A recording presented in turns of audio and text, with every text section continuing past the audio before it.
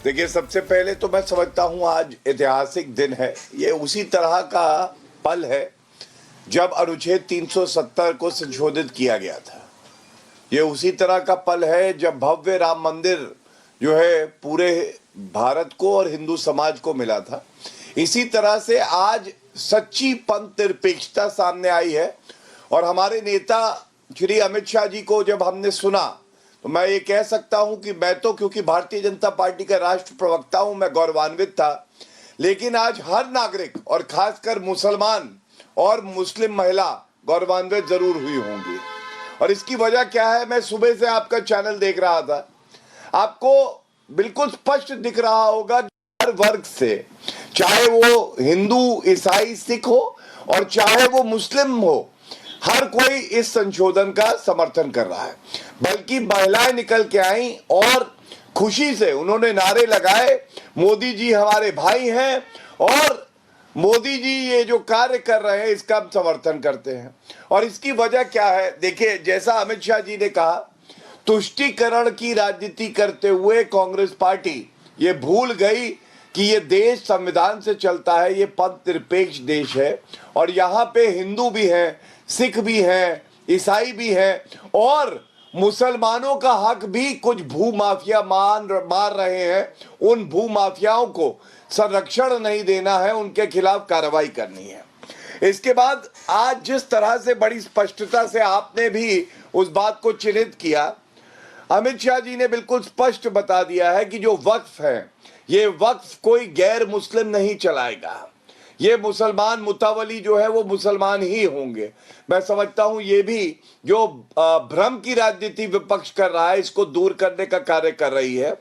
दूसरी बात जो उन्होंने कही, किस तरह से 123 ऐसी संपत्ति थी ऐश्वर्या जी दिल्ली में 2013 में और उसके बाद चुनाव से कुछ समय पहले 2014 में इन लोगों ने उसको सरकारी होने के बावजूद वक्फ को दे दिया था तुष्टीकरण की राजनीति करते हुए। मोदी जी चुने गए, हमने वो बदलाव किया, तो ये अच्छी बात है। अब आप मुझसे पूछेंगे कि इस जो संशोधन है इसकी जरूरत और इसका लाभ। देखिए, सबसे बड़ा लाभ है संवैधानिक दृष्टि से जो तुष्टीकरण किया और अपील का प्रावधान समाप्त किया था उसको रिस्टोर किया जा रहा है। दूसरी बात, मुस्लिम समाज में भी जो और सेक्ट्स है, जैसे आगा खानी है, जिस तरह से वोरा समाज है, उनका प्रतिनिधित्व अब होगा। जो हमारे वक्फ बोर्ड होंगे ये स्वागत योग्य है। तीसरी बड़ी बात, कभी कभी हम देखते हैं कैसे धर्मांतरण करा के और प्रलोभन से या धमका के एक व्यक्ति की संपत्ति हड़प ली जाती थी। अब कहा गया है 5 साल तक प्रैक्टिसिंग मुस्लिम जब होगा तब वो संपत्ति वक्फ को दे पाएगा। चौथी बड़ी बात, महिलाओं का सशक्तिकरण, बोर्ड में महिला होंगी और साथ में कोई भी वक्फ होगा, अगर उससे कोई कमाई आती है तो मुस्लिम महिलाओं को भी उनका हक मिलेगा। ये कितनी योग्य बात है, ये कितनी सराहनीय बात है। अब इस पे आपत्ति क्यों कोई करेगा, ये मुझे नहीं समझ में आया। यहाँ एक सदस्य ने तो कह दिया, एक सदस्य ने कह दिया माइनॉरिटी इस कानून को स्वीकार नहीं करेगी। क्या धमकाना चाहते हो भाई? संसद का कानून है, सबको स्वीकार करना पड़ेगा। स्वीकार नहीं करेंगे मतलब क्या है? कैसे बोल सकते हैं कोई हम कानून को स्वीकार नहीं करेंगे?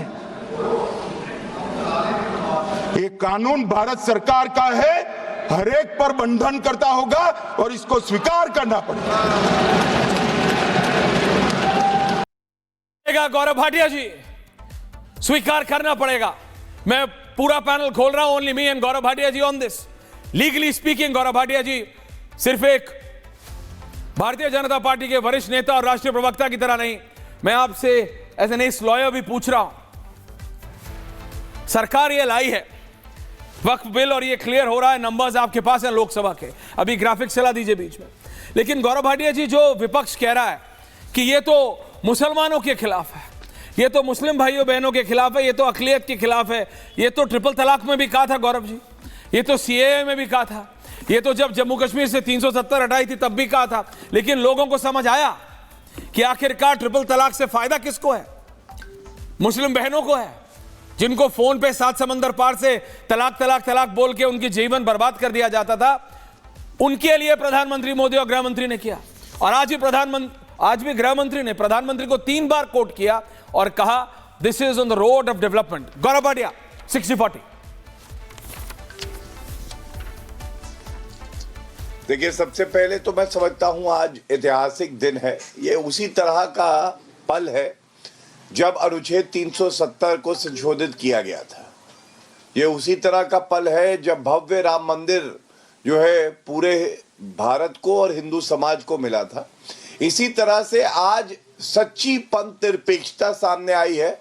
और हमारे नेता श्री अमित शाह जी को जब हमने सुना तो मैं ये कह सकता हूं कि मैं तो, क्योंकि भारतीय जनता पार्टी का राष्ट्र प्रवक्ता हूं, मैं गौरवान्वित था। लेकिन आज हर नागरिक और खासकर मुसलमान और मुस्लिम महिला गौरवान्वित जरूर हुई होंगी। और इसकी वजह क्या है, मैं सुबह से आपका चैनल देख रहा था, आपको बिल्कुल स्पष्ट दिख रहा होगा हर वर्ग से, चाहे वो हिंदू, ईसाई, सिख हो और चाहे वो मुस्लिम हो, हर कोई इस संशोधन का समर्थन कर रहा है। बल्कि महिलाएं निकल के आई और खुशी से उन्होंने नारे लगाए, मोदी जी हमारे भाई हैं और मोदी जी ये जो कार्य कर रहे हैं इसका हम समर्थन करते हैं। और इसकी वजह क्या है, देखिए, जैसा अमित शाह जी ने कहा, तुष्टीकरण की राजनीति करते हुए कांग्रेस पार्टी ये भूल गई कि ये देश संविधान से चलता है, ये पंथ निरपेक्ष देश है और यहाँ पे हिंदू भी हैं, सिख भी हैं, ईसाई भी हैं और मुसलमानों का हक भी कुछ भूमाफिया मार रहे हैं। उन भूमाफियाओं को संरक्षण नहीं देना है, उनके खिलाफ कार्रवाई करनी है। इसके बाद आज जिस तरह से बड़ी स्पष्टता से आपने भी उस बात को चिन्हित किया, अमित शाह जी ने बिल्कुल स्पष्ट बता दिया है कि जो वक्फ है, ये वक्फ कोई गैर मुस्लिम नहीं चलाएगा। ये मुसलमान मुतावली जो है वो मुसलमान ही होंगे। मैं समझता हूं ये भी जो भ्रम की राजनीति विपक्ष कर रहा है, इसको दूर करने का कार्य कर रही है। दूसरी बात जो उन्होंने कही, किस तरह से 123 ऐसी संपत्ति थी ऐश्वर्या जी दिल्ली में 2013 में और उसके बाद चुनाव से कुछ समय पहले 2014 में इन लोगों ने उसको सरकारी होने के बावजूद वक्फ को दे दिया था, तुष्टीकरण की राजनीति करते हुए। मोदी जी चुने गए, हमने वो बदलाव किया, तो ये अच्छी बात है। अब आप मुझसे पूछेंगे कि इस जो संशोधन है इसकी जरूरत और इसका लाभ। देखिए, सबसे बड़ा लाभ है संवैधानिक दृष्टि से जो तुष्टीकरण किया और अपील का प्रावधान समाप्त किया था उसको रिस्टोर किया जा रहा है। दूसरी बात, मुस्लिम समाज में भी जो और सेक्ट्स है, जैसे आगा खानी है, जिस तरह से वोरा समाज है, उनका प्रतिनिधित्व अब होगा। जो हमारे वक्फ बोर्ड होंगे ये स्वागत योग्य है। तीसरी बड़ी बात, कभी कभी हम देखते हैं कैसे धर्मांतरण करा के और प्रलोभन से या धमका के एक व्यक्ति की संपत्ति हड़प ली जाती थी। अब कहा गया है 5 साल तक प्रैक्टिसिंग मुस्लिम जब होगा तब वो संपत्ति वक्फ को दे पाएगा। चौथी बड़ी बात, महिलाओं का सशक्तिकरण। बोर्ड में महिला होंगी और साथ में कोई भी वक्फ होगा, अगर उससे कोई कमाई आती है तो मुस्लिम महिलाओं को भी उनका हक मिलेगा। ये कितनी योग्य बात है, ये कितनी सराहनीय बात है। अब इस पे आपत्ति क्यों कोई करेगा, ये मुझे नहीं समझ में आया।